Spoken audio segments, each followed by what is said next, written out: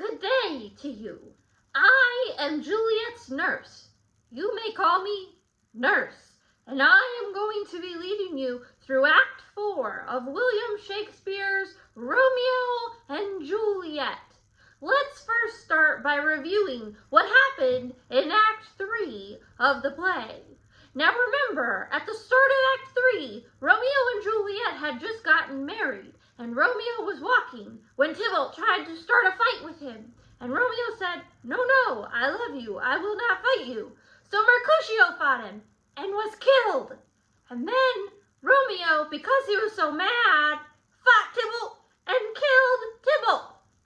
And then the prince said, "Romeo, you are banished, and Romeo has to go live in Mantua, and he can never return to Verona, or else he will be killed." And then poor Juliet, she's being forced to marry Paris by her parents, Lord and Lady Capulet. So at the end of Act 3, she was talking to the nurse, me, and said, "What should I do?" "Well, I think she should marry Paris. It just makes a lot of sense."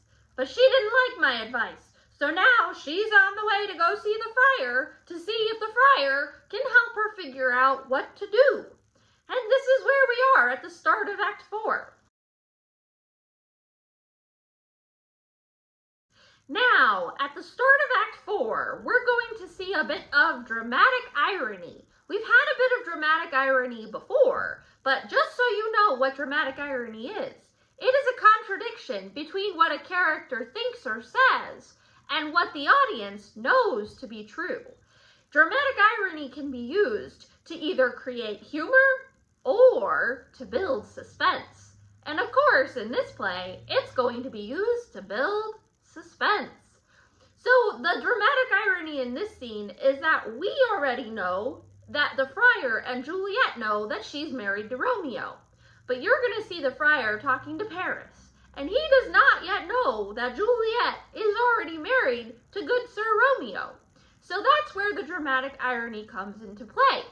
When they're talking, they're going to be kind of evading Paris's talk about marriage. So what I would like you to do now is I would like you to start reading scene 1, and you're going to see Paris talking to the friar about getting married to Juliet. So go ahead and pause me now and read to line 17 of scene 1 of Act 4. Okay, did you read to line 17? Let's talk about what happened. So not a whole lot went on here. Paris is just talking about why he and Juliet are getting married. But the big thing that I want you guys to know is on line 9, Paris says, "Her father counts it dangerous that she do give her sorrow so much sway, and in his wisdom hastes our marriage to stop the inundation of her tears." So here we learn why Lord Capulet wants Paris and Juliet to get married so quickly. He thinks that it will help her get over the sadness, and he believes that her sadness is from her cousin Tybalt's death. Well, the dramatic irony is, we know that her sadness is because mainly Romeo is banished. So a little bit of dramatic irony happens right here at the start of Act 4. Now, in this next section, you're going to see Juliet herself enter, and her and Paris are going to have a little back and forth banter where Paris is talking about them getting married, and Juliet is kind of just avoiding the subject and not directly answering his questions. She's very good at doing that. So I would like you to please pause me now and read to line 44. So again here, Juliet is using a lot of the same language that she used when talking to her mother after Tybalt was slain. She doesn't tell the full truth, but she also doesn't exactly lie. Paris starts talking about love, and Juliet's denying that she's in love with him. She also talks poorly of her looks, but Paris continues to try and woo her by saying she is very beautiful. And then Juliet asks the friar on line 38, "Are you at leisure, Holy Father, now?" So she's asking, "Do you have a moment to talk with me?" And the friar kind of shoos Paris away. So that's really all that happened in that section. Now, I would like you to read to line 89 and pay attention to what Friar has as a plan. Go ahead and pause me now and read to line 89. So at the start of this section, Juliet is asking the Friar for help. And on line 53, she says, "If in thy wisdom thou canst give no help, do thou but call my resolution wise, and with this knife I'll help it presently. God join my heart and Romeo, thou our hands." So she is saying, I am only Romeo's, and if you can't find a way to help me, I will take this knife and I will kill myself with it. So just like Romeo here, she's very hasty to want to die if she cannot be with her love, Romeo. The Friar says, "I do spy a kind of hope." So he's saying, I think I have an idea.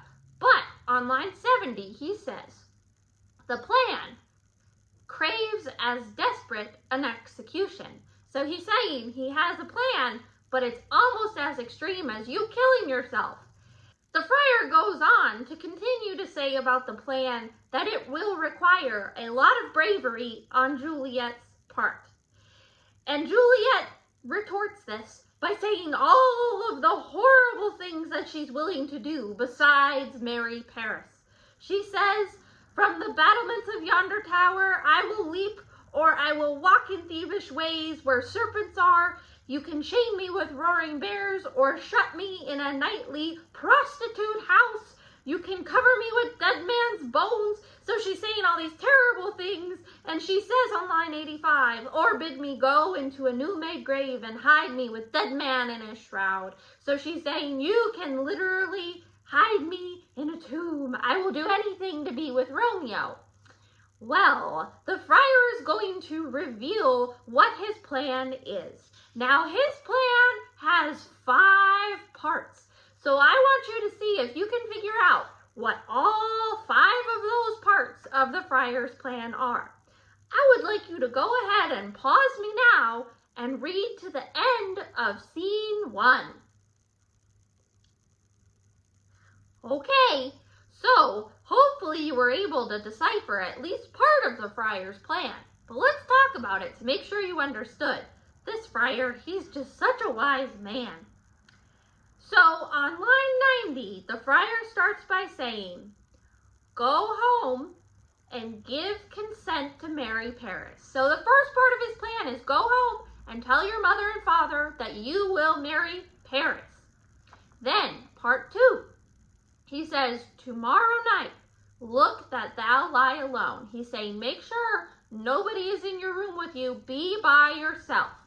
Then he pulls out a vial, a little potion bottle, and gives it to her and says on line 94, "Take thou this vial, being then in bed, and this distilled liquor drink thou of." So he gives her a little potion that she's supposed to drink when she is alone. Now, he also tells us what the potion is going to do. And he tells us this lines 96 to 106. So he says, "When presently through all thy veins shall run a cold and drowsy humor, for no pulse shall keep his native progress, but decrease. No warmth, no breath shall testify that thou livest. The roses in thy lips and cheeks shall fade to paly ashes. The eyes' windows fall like death when he shuts up the days of life. Each part deprived of supple government shall stiff and stark and cold appear like death." So Juliet is going to look like she is dead. And the way she's going to look like she is dead is she's not going to have a pulse. Okay, her pulse is going to be so soft and slow, nobody will be able to find it. She won't look like she's breathing. She's going to look pale. She's going to be cold to the touch. And on line 105, the Friar says, "And in this borrowed likeness of shrunken death, thou shalt continue 42 hours. So Juliet will remain like this for 42 hours. So that was part 2 of the plan. Remember, part 1, go tell people you'll marry Paris. Part 2, drink this potion that'll make you look like you're dead for 42 hours. Part 3 is on line 110.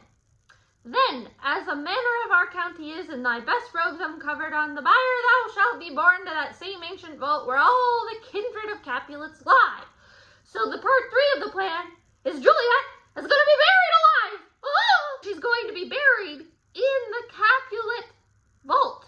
Now, this is not an underground burial, okay? Real wealthy families in this time, they had these mausoleums made. They were big concrete buildings above ground where all of their dead were laid to rest in little cubby holes and then left concealed in this vault by a big stone door to rot their lives away.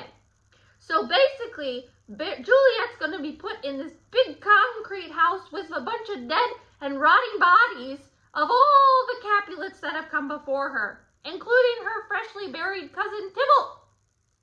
Part 4 of the plan is on line 114. The friar says, "In the meantime, against thou shalt awake, shall Romeo by my letters know our drift." So part 4 of the plan is the friar is going to write a letter to Romeo telling him the plan. Part 5, on line 116. "And hither shall he come, and he and I will watch thy waking, and that very night shall Romeo bear thee hence to Mantua." So part 5 is that Romeo should show up once he gets the friar's letter, and then he and the friar will be there when Juliet wakes up, and Romeo will take her off to Mantua to live with him. Whew. Well, it's a very good plan, but it is going to require a lot of bravery on Juliet's part, because she doesn't really know if that potion is going to kill her or not.